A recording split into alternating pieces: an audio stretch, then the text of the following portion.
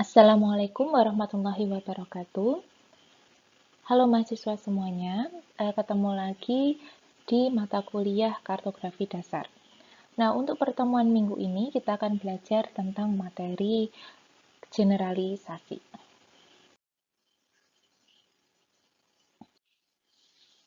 Ya, jadi kita akan belajar yang pertama tentang definisi generalisasi, kemudian macam generalisasi, lalu tentang mengapa pentingnya generalisasi dilakukan pada pemetaan, dan juga ada faktor dan pelaksanaan generalisasi dalam pembuatan peta. Nah, sebagai awalan, ya, sebagai awalan untuk memberikan gambaran kepada kalian tentang generalisasi, nah kita bisa bandingkan kenampakan objek di kedua peta. Ya, di peta yang atas itu untuk peta skala 1:50.000, sedangkan yang bagian bawah itu merupakan peta skala 1:250.000.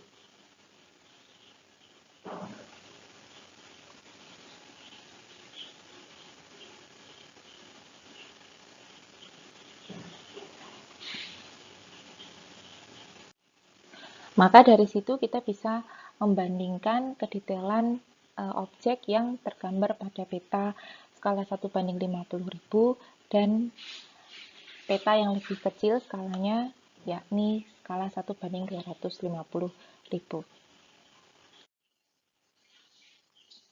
Ini juga sama, ya. Jadi ini merupakan gambaran perbandingan antara satu area yang digambarkan dengan perbedaan skala, ya, di mana di bagian kiri itu skalanya lebih kecil, sedangkan di bagian kanan itu dia skalanya lebih besar.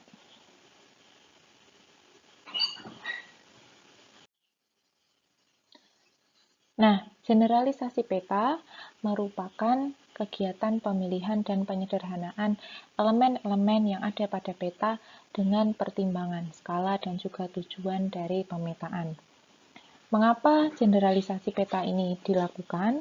Nah, penyederhanaan elemen ini diperlukan agar tampilan peta tidak menjadi crowded atau menjadi penuh, sehingga kemudian bisa meningkatkan tingkat kejelasan isi pada peta.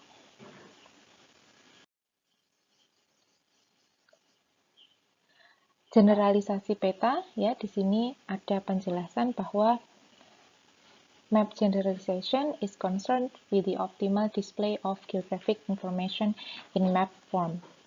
Ya, jadi tujuannya adalah untuk mengoptimalkan display atau gambaran informasi geografis pada peta. It involves the careful selection of data, jadi dilakukan pemilihan yang hati-hati, seleksi dari data, to give emphasis to what is important, untuk memberikan kejelasan, ya, atau menekankan apa yang penting pada peta, while still including sufficient contextualizing information, di mana generalisasi atau penyederhanaan yang dilakukan ini masih memasukkan informasi yang cukup untuk peta yang kita buat. Kemudian tentang generalisasi, ya, jadi ada dua jenis generalisasi. Yang pertama adalah generalisasi geometrik, ya. Generalisasi geometrik ini merupakan penyederhanaan untuk bentuk, kemudian ada eksagresi, ya, jadi pembesaran dan juga pemindahan elemen. Sedangkan jenis generalisasi yang kedua adalah generalisasi konseptual. Generalisasi konseptual ini mengacu pada klasifikasi dan kombinasi. Jadi generalisasi konseptual ini juga dilakukan terutama oleh ahli yang memahami tentang tema atau elemen yang dipetakan. Baik generalisasi geometrik maupun generalisasi konseptual dapat dilakukan secara bersamaan. Lalu mengapa perlu generalisasi? Ya, sebagai tambahan dari penjelasan yang tadi sudah dijelaskan. Yang pertama adalah karena bertambahnya kepadatan isi peta akibat perubahan skala. Ya, jadi generalisasi sebagai salah satu konsekuensi adanya perubahan skala. Kemudian karena terbatasnya ukuran media penggambaran peta, sehingga kita hanya memasukkan informasi atau data yang penting saja yang dimasukkan dalam peta yang kita buat. Kemudian juga tentang terbatasnya kemampuan pandangan mata, ya, supaya peta yang kita hasilkan itu tidak crowded, ya, pembaca atau pengguna peta bisa langsung memahami isi dari peta, maka kita perlu melakukan generalisasi. Ada beberapa faktor yang mempengaruhi generalisasi. Yang pertama adalah skala peta. Ya, jadi skala peta ini sangat menentukan ukuran serta tingkat kedetailan objek yang bisa tergambar pada peta. Dengan kata lain bahwa tingkatan generalisasi akan tergantung dari skala yang dibuat. Contohnya pada slide ini adalah bahwa pada peta skala 1:5000, pemindahan kelas jalan itu dapat dilakukan. Namun pada peta skala 1:100.000, ya, artinya skala yang lebih kecil, maka jalan utama saja yang dapat tergambarkan. Ya, jadi kalau tadi skalanya lebih besar, itu ada kelas jalannya, tapi untuk yang 1:100.000, peta dengan skala yang lebih kecil hanya bisa tergambar atau hanya digambarkan saja untuk jalan yang utamanya. Ya, jadi ini adalah contoh dari pembuatan atau penyederhanaan peta.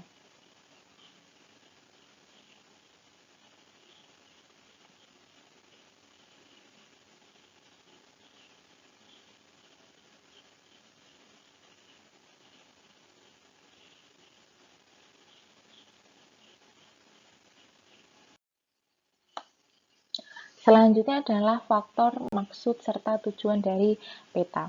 Seperti kita pahami bahwa peta ini bermacam-macam, ya. Peta dibuat dengan berbagai tujuan, sehingga kemudian unsur atau elemen utama yang berkaitan dengan tujuan pembuatan itu perlu ditonjolkan. Maka sebelum kita membuat peta atau dalam proses kita membuat peta, maka kita perlu memikirkan elemen apa saja yang perlu masuk dalam peta kita. Nah, disitulah kemudian hal itu akan menentukan tingkat generalisasi yang dibutuhkan. Oke, kemudian ada aspek generalisasi, ya. Jadi generalisasi ini atau penyederhanaan elemen yang ada pada peta itu bisa dilakukan dalam berbagai cara. Ada beberapa aspek, ada pemilihan, penyederhanaan, penghilangan, eksagresi, displacement, atau pemindahan, kemudian penitikberatan, kombinasi, dan juga klasifikasi. Nah, untuk pemilihan itu dilakukan berdasarkan pertimbangan atau tujuan dari pemetaan, sehingga kemudian hanya ditonjolkan atau hanya dipilih elemen yang perlu diperlihatkan pada peta.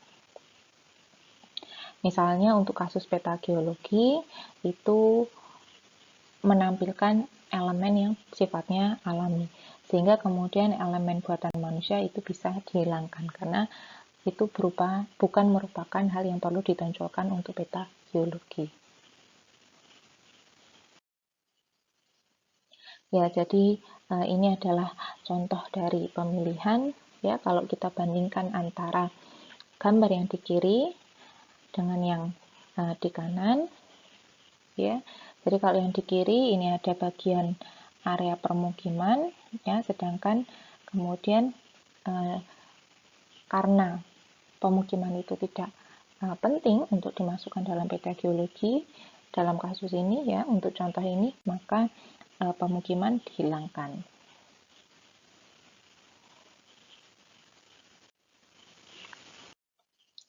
Lalu ada penitikberatan atau emphasizing.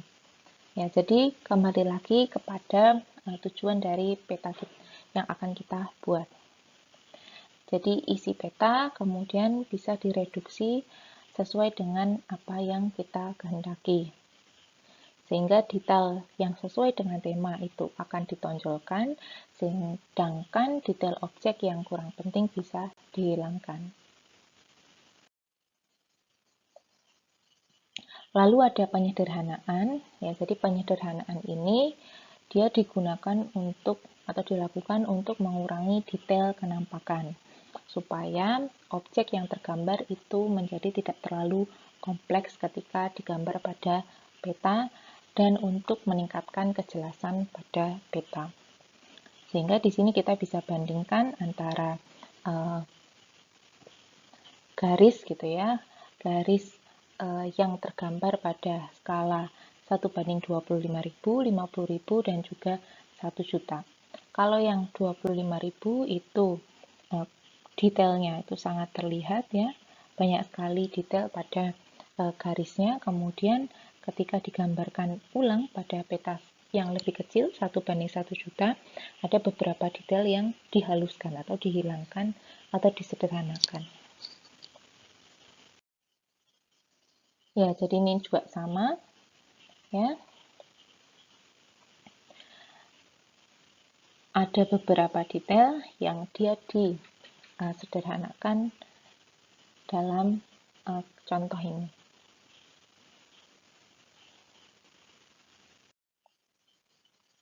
Lalu ada penghilangan, ya, jadi untuk mempertahankan tingkat kejelasan peta, maka beberapa elemen dihilangkan. Misalnya, pada penggambaran kenampakan sungai Orde 3 dan 4, sedangkan yang lain, sungai yang kecil, itu dihilangkan. Ini juga sama ya, kalau yang digambar ini contohnya adalah untuk penggambaran garis kontur.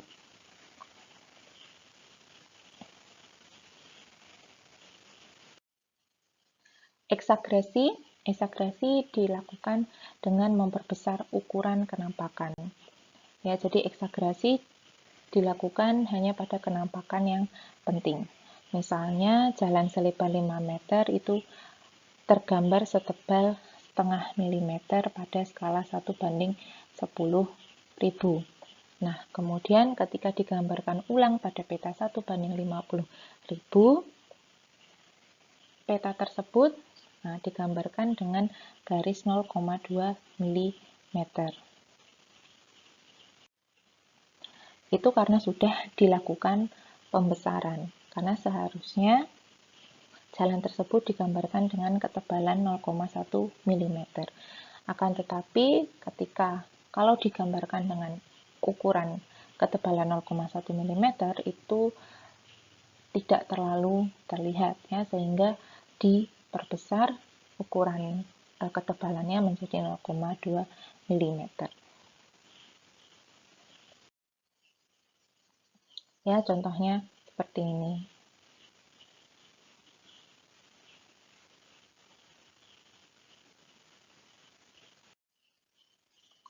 Untuk displacement atau pemindahan tempat, nah ini juga salah satu konsekuensi dari perubahan skala ya. Jadi akibat eksagresi maka satu objek itu bisa memiliki ukuran yang lebih besar sehingga kemudian menggeser objek lain dan tampilannya bisa menjadi menumpuk ya atau menutupi objek yang lain.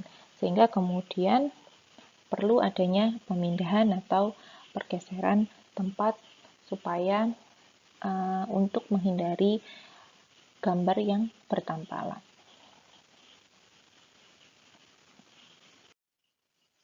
Lalu ada kombinasi, ya, jadi kombinasi ini menggabungkan beberapa unit objek ke dalam satu simbol, dilakukan untuk mempertahankan bentuk objek pada area yang terbatas. Misalnya dilakukan kombinasi beberapa bangunan. Ya, jadi kalau di skala 1:5000 ini ada bangunan-bangunan ya kecil-kecil digambarkan sendiri-sendiri, kemudian pada skala 1:100.000 kemudian di-combine atau digabungkan menjadi satu area yang lebih besar. Dan bahkan pada skala 1:1 juta hanya disimbolkan menjadi satu titik. Klasifikasi ini dilakukan untuk mempertahankan tingkat kejelasan dan menghindari peta yang nampak penuh atau crowded. Dilakukan dengan menyederhanakan beberapa tipe elemen ke dalam tipe baru yang dia kelasnya lebih umum. Ya, misalnya untuk klasifikasi jalan, kemudian klasifikasi hutan, klasifikasi penutup penggunaan lahan. Ya. Jadi kalau yang di kiri ini ada kelas utama, ya, kelas jalan utama dan kelas jalan lokal. Kemudian dikelaskan ulang, ya, diklasifikasi ulang hanya ke dalam satu kelas yang dia lebih umum, menjadi kelas jalan saja.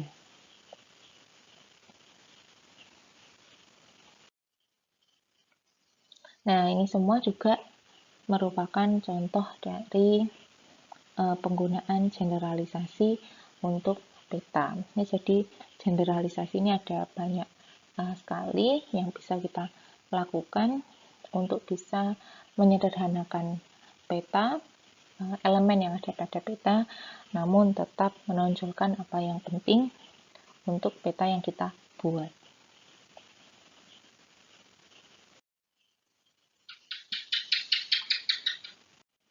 Ada beberapa hal lain yang berkaitan dengan generalisasi, ya, karena generalisasi ini sifatnya meskipun sifatnya subjektif, tapi ada beberapa guidance ya atau petunjuk yang bisa kita gunakan dalam melakukan generalisasi. Yang pertama tadi adalah mempertimbangkan tujuan dari pembuatan peta, sehingga kemudian kita bisa memutuskan elemen mana yang cocok, yang sesuai, yang perlu ditonjolkan untuk peta kita, dan elemen mana yang bisa dihilangkan. Kemudian berkaitan juga dengan memelihara sifat atau karakter daerah. Ketika dilakukan penyederhanaan, maka perlu diingat bahwa hasil penyederhanaan perlu memberikan impresi visual yang sama seperti sebelumnya, supaya karakteristik daerah yang dipetakan itu masih dapat dipertahankan.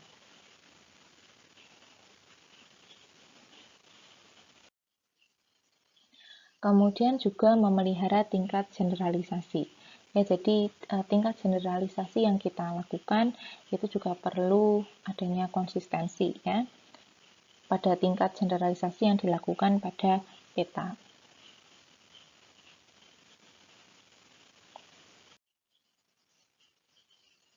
Oke, cara melakukan generalisasi yang pertama bisa dilakukan secara langsung. Ya, jadi generalisasi ini dilakukan pada peta skala yang kecil yang telah dikecilkan dari peta dasar dengan menggunakan garis-garis tipis. Kelebihannya adalah bahwa pengaruh generalisasinya bisa langsung terlihat. Akan tetapi kekurangannya adalah melakukan interpretasi skala kecil itu biasanya sulit dilakukan ya, bahkan terkadang tidak mungkin karena faktor pengecilan yang besar skalanya. Kemudian cara yang kedua adalah generalisasi dilakukan pada peta asli yang menjadi peta dasar. Nah, cara ini dilakukan dengan langsung menggunakan garis tebal. Kelebihannya adalah apa yang dihasilkan akan terlihat dengan jelas. Penggunaan garis tebal bersifat lebih mudah, akan tetapi agak sulit untuk bisa membayangkan atau menilai bagaimana hasil akhirnya setelah nanti diperkecil. Kemudian yang ketiga adalah generalisasi dilakukan pada skala perantara. Ya, jadi metode ini dianggap sebagai cara yang terbaik.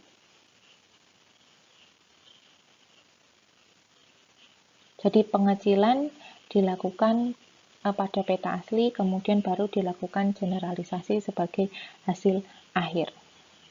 Nah, contohnya adalah peta skala 1/10.000 itu diperkecil dulu menjadi peta 1/25.000, kemudian pada peta skala 1/25.000 dilakukan generalisasi dan dikecilkan kembali menjadi skala yang lebih kecil 1/50.000.